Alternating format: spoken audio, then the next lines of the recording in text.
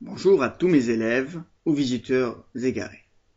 Nous allons aujourd'hui aborder notre premier thème sur les créatures surnaturelles. Nous commençons donc par celles que tout le monde connaît le mieux, qui sont les vampires.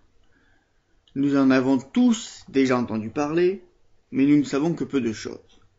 Nous pensons que ce sont des créatures nocturnes et qui boivent du sang.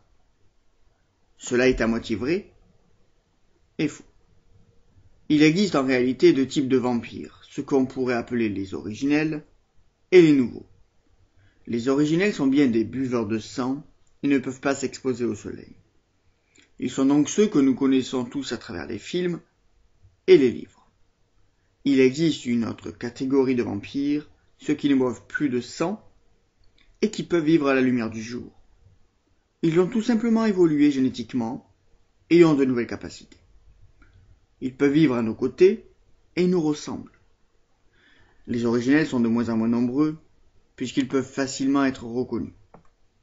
Il faut savoir que tous les vampires ont un reflet dans le miroir, puisqu'un miroir ne renvoie pas à l'âme de la personne, contrairement à ce que pourrait laisser penser l'absence de reflet.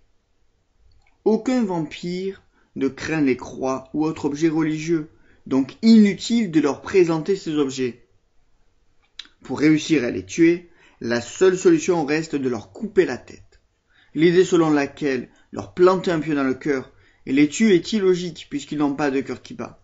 Par contre, les vampires nouveaux, eux, étant comme nous tous, peuvent être tués comme nous tous puisqu'ils ont un cœur qui bat. La seule différence entre eux et nous sera leur grande puissance et l'absence de maladie.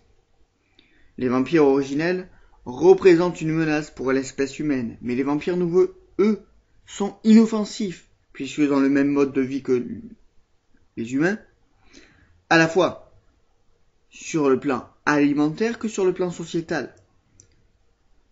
Ce premier cours se termine. Le second cours portera soit sur les vampires en complément, soit sur un autre sujet. Merci à vous et à bientôt.